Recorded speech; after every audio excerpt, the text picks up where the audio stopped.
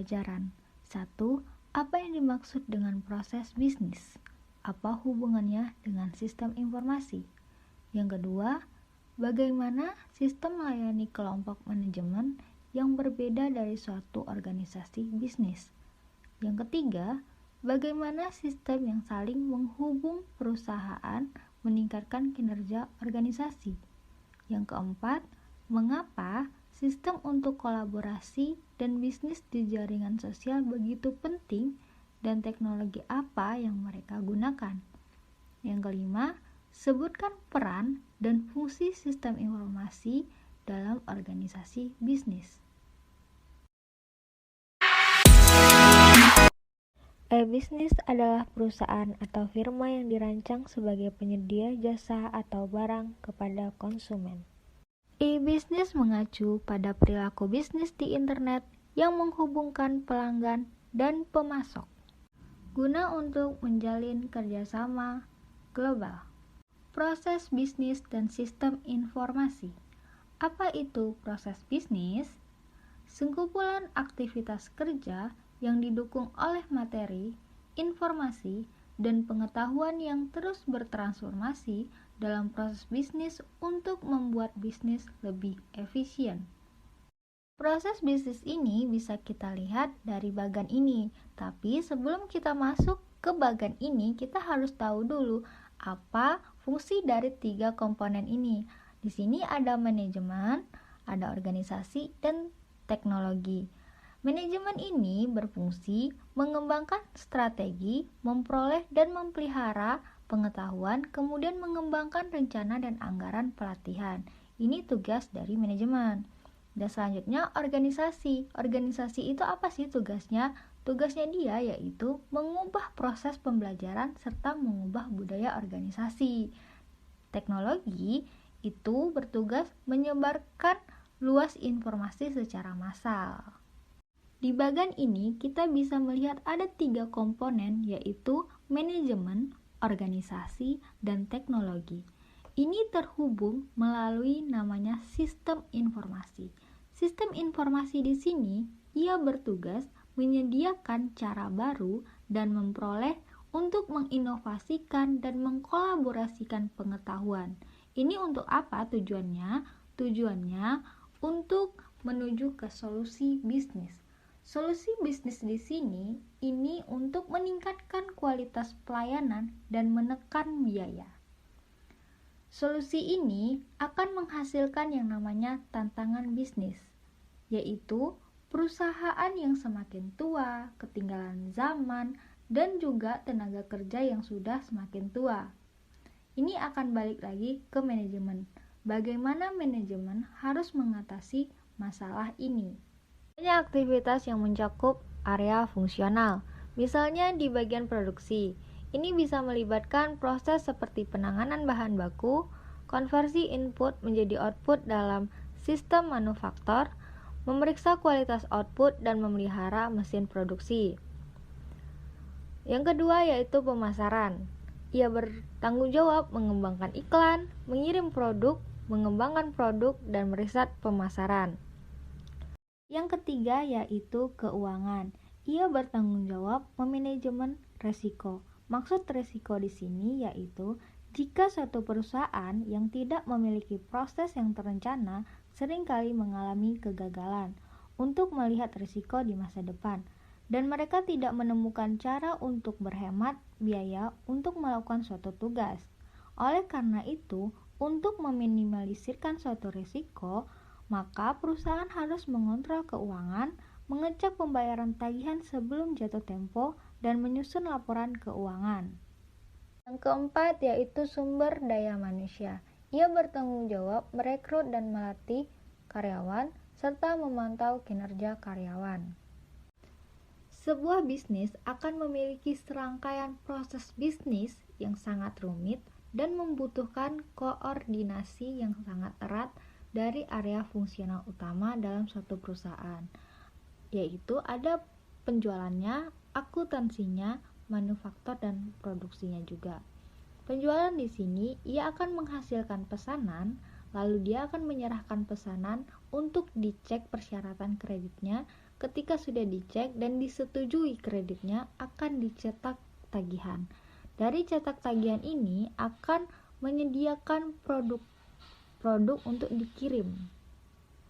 Ini adalah gambaran pesanan pelanggan melibati serangkaian langkah-langkah yang rumit yang membutuhkan koordinasi yang solid antara fungsi penjualan, akuntansi, dan produksi.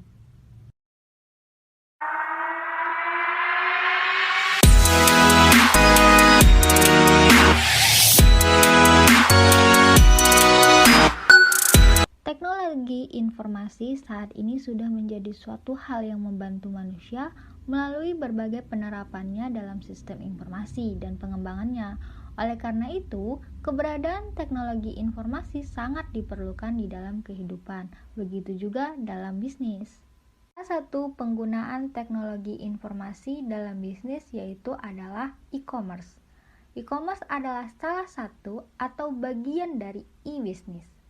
E-commerce sendiri yaitu transaksi bisnis seperti membeli, menjual barang, dan jasa melalui internet. Sedangkan e-business ini lebih luas lingkupnya, yaitu dia bisa mencakup internet, intranet, serta extranet. Sebelumnya kita membahas e-business itu menggunakan internet, intranet, dan extranet. Apa sih? Kalau internet mungkin kalian udah paham ya. Internet itu adalah jaringan umum yang bisa digunakan siapa aja untuk menghubungkan organisasi beserta jaringan eksternalnya. Sedangkan intranet ini adalah situs web internal perusahaan yang hanya diakses oleh karyawan saja. Intranet ini mengacu pada jaringan internal. Nah, kalau extranet ini itu adalah situs web perusahaan yang dapat diakses oleh vendor dan pemasok yang memiliki wewenang yang biasanya digunakan untuk mengkoordinasikan pengiriman penyediaan ke fasilitas produk perusahaan tersebut. Jadi kalau misalnya digaris besarkan, internet ini bisa dipakai siapa aja, jadi bebas. Sedangkan intranet hanya bisa diakses oleh pekerja atau pegawai perusahaan tersebut. Nah, kalau extranet ini tuh adalah situs yang hanya bisa digunakan oleh vendor dan pemasok yang memiliki wewenang saja untuk menggunakan extranet ini. Sistem informasi di sini ada dua, yaitu sistem proses transaksi, sistem untuk intelijen bisnis. Sistem proses transaksi ini ialah sistem komputerisasi yang mengoperasi dan mencatat transaksi rutin harian yang diperlukan untuk melakukan bisnis seperti entry pemesanan penjualan, pemesanan hotel, penggajian karyawan, dan pengiriman. Di sini ada ilustrasi sistem proses transaksi pembayaran gaji. Di sini ada database karyawan. Di sini adalah inputnya. Input di sini ada nomor karyawan, nama, alamat, tingkat upah, total pembayaran, pajak, VICA, perawatan kesehatan, pajak untuk negara, pembayaran kebersihan, dan penghasilannya. Nah, selanjutnya ada proses. Proses di sini adalah sistem penggajian, yang itu secara online. Nanti bentuknya seperti slip gaji untuk karyawan. Selanjutnya kita akan ke output. Output di sini adalah laporan manajemen yang mengelola laporan untuk diberikan kepada lembaga yang mengurus manajemen tersebut. Yang kedua, sistem untuk intelijen bisnis atau business intelligence adalah istilah terkini mengenai data dan perangkat lunak untuk mengorganisasi, menganalisis, dan menyediakan akses kepada data untuk membantu manajer dan pengguna lain dalam suatu perusahaan membuat keputusan yang lebih berdasarkan informasi yang ada. Bagaimana sih memperoleh data dari TPS perusahaan? File pesanan akan memproses sistem pemrosesan pesanan masuk ke SIM dalam bentuk data penjualan. File master produksi akan memproses sistem perencanaan sumber daya bahan baku. Ketika masuk ke SIM, dia akan jadi dua, data biaya produksi unit dan data perubahan produk. File akuntansi akan diproses dalam sistem buku besar. Dan ketika masuk ke SIM, dia akan menjadi data beban. Dari semua ini akan masuk menjadi SIM dan akan dilaporkan ke manajer untuk hasilnya. Bagaimana cara membuat sistem perusahaan saling terhubung? Salah satunya dengan cara mengimplementasikan aplikasi perusahaan yang merupakan sistem yang menjangkau seluruh area fungsional yang berfokus pada pelaksanaan proses bisnis yang terjadi di seluruh perusahaan dan menjangkau seluruh tingkatan manajemen. Apa saja sih aplikasi perusahaan? Aplikasi perusahaan meliputi bisnis elektronik atau electronic business atau e-business, mengacu pada penggunaan teknologi digital dan internet untuk menjalankan proses-proses bisnis utama dalam suatu perusahaan. Nah, yang kedua ada e-commerce, adalah bagian dari e-business yang berhubungan dengan kegiatan jual beli barang atau jasa melalui internet. E-commerce juga meliputi aktivitas yang mendukung transaksi tersebut, seperti periklanan, pemasaran, dukungan konsumen, keamanan, pengiriman, dan pembayaran.